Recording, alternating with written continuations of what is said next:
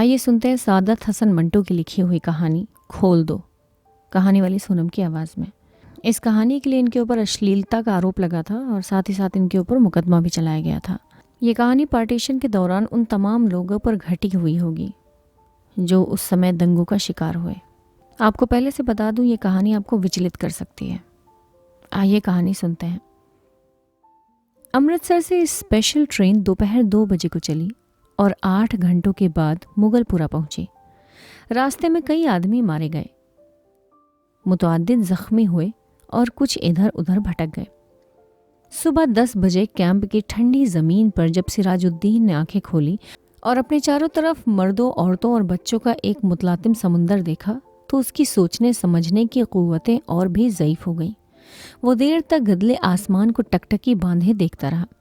یوں تو کیمپ میں ہر طرف شور برپا تھا، لیکن بوڑھے سراج الدین کے کان جیسے بند تھے۔ اسے کچھ سنائی نہیں دیتا تھا۔ کوئی اسے دیکھتا تو یہ خیال کرتا کہ وہ کسی گہری فکر میں غرق ہے، مگر ایسا نہیں تھا۔ اس کے ہوش و حواس شل تھے، اس کا سارا وجود خلا میں معقل تھا۔ گدلے آسمان کی طرف بغیر کسی ارادے کے دیکھتے دیکھتے سراج الدین کی نگاہیں سورج سے ٹکرائیں۔ تیز روشنی اس کے وجود کے رگ و ریشے میں اتر گئی اور وہ جاگ اٹھا۔ اوپر تلے اس کے دماغ پر کئی تصویریں دوڑ گئیں: لوٹ، آگ، بھاگم بھاگ، اسٹیشن، گولیاں، رات اور سکینہ۔ سراج الدین ایک دم اٹھ کھڑا ہوا اور پاگلوں کی طرح اس نے اپنے چاروں طرف پھیلے ہوئے انسانوں کے سمندر کو کھنگالنا شروع کیا۔ پورے 3 گھنٹے وہ سکینہ سکینہ پکارتا کیمپ میں خاک چھانتا رہا، مگر اسے اپنی جوان اکلوتی بیٹی کا کوئی پتہ نہ ملا۔ چاروں طرف ایک دھاندلی سی مچی تھی، کوئی اپنا بچہ ڈھونڈ رہا تھا، کوئی ماں، کوئی بیوی اور کوئی بیٹی۔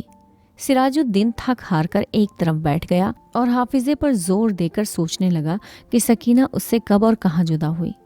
لیکن سوچتے سوچتے اس کا دماغ سکینہ کی ماں کی لاش پر جم جاتا، جس کے ساری انتڑیاں باہر نکلی ہوئی تھیں۔ اس سے آگے وہ اور کچھ نہ سوچ سکتا تھا۔ سکینہ کی ماں مر چکی تھی، اس نے سراج الدین کی آنکھوں کے سامنے دم توڑا تھا۔ لیکن سکینہ کہاں تھی جس کے متعلق اس کی ماں نے مرتے ہوئے کہا تھا، مجھے چھوڑو، مجھے چھوڑو اور سکینہ کو یہاں سے لے کر جلدی بھاگو۔ سکینہ اس کے ساتھ ہی تھی، دونوں ننگے پاؤں بھاگ رہے تھے۔ سکینہ کا دوپٹہ گر پڑا تھا، اسے اٹھانے کے لیے اس نے رکنا چاہا تھا، مگر سکینہ نے چلا کر کہا تھا، ابا جی چھوڑیے، لیکن اس نے دوپٹہ اٹھا لیا تھا۔ یہ سوچتے سوچتے اس نے اپنے کوٹ کی ابھری ہوئی جیب کی طرف دیکھا اور اس میں ہاتھ ڈال کر ایک کپڑا نکالا۔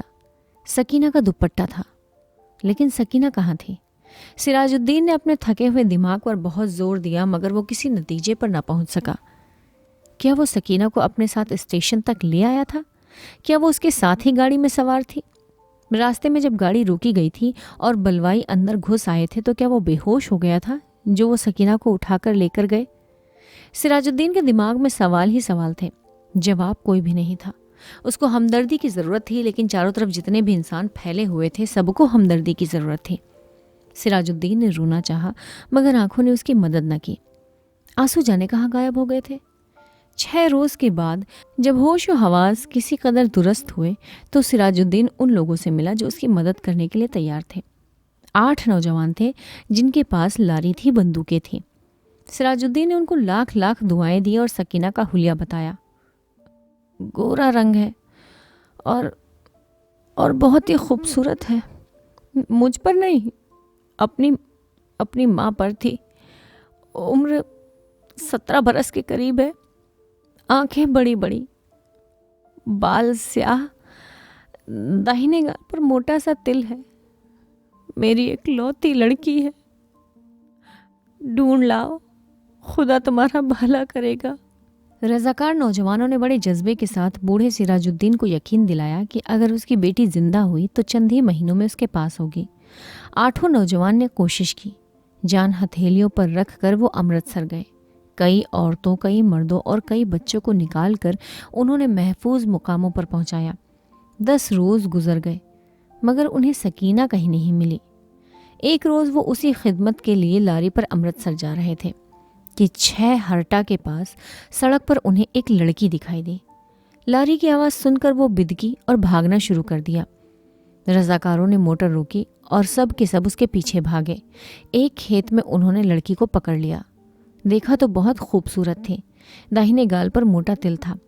ایک لڑکے نے اس سے کہا، گھبراؤ نہیں، کیا تمہارا نام سکینہ ہے؟ لڑکی کا رنگ اور بھی زرد ہو گیا۔ اس نے کوئی جواب نہیں دیا، لیکن جب تمام لڑکوں نے اسے دم دلاسا دیا تو اس کی وحشت دور ہوئی اور اس نے مان لیا کہ وہ سراج الدین کی بیٹی سکینہ ہے۔ 8 رضاکار نوجوانوں نے ہر طرح سکینہ کی دلجوئی کی، اسے کھانا کھلایا، دودھ پلایا اور لاری میں بٹھایا۔ ایک نے اپنا کوٹ اتار کر اسے دے دیا کیونکہ دوپٹہ نہ ہونے کے باعث وہ بہت الجھن محسوس کر رہی تھی اور بار بار باہوں سے اپنے سینے کو ڈھانکنے کی ناکام کوشش میں مصروف تھی۔ کئی دن گزر گئے، سراج الدین کو سکینہ کی کوئی خبر نہ ملی۔ وہ دن بھر مختلف کیمپوں اور دفتروں کے چکر کاٹتا رہتا، لیکن کہیں سے بھی اس کی بیٹی کا پتہ نہ چلا۔ رات کو وہ بہت دیر تک ان رضاکار نوجوانوں کی کامیابی کے لیے دعائیں مانگتا رہتا، لیکن اس کو یقین دلایا تھا کہ اگر سکینہ زندہ ہوئی تو چند ہی دنوں میں وہ اسے ڈھونڈ نکالیں گے۔ ایک روز سراج الدین نے کیمپ میں ان نوجوان رضاکاروں کو دیکھا، لوری میں بیٹھے تھے۔ سراج الدین بھاگا بھاگا ان کے پاس گیا۔ لوری چلنے ہی والی تھی کہ اس نے پوچھا، بیٹا، میری بیٹی سکینہ کا پتہ چلا؟ سب نے یک زبان ہو کر کہا، چل جائے گا چل جائے گا، اور لاری چلا دی۔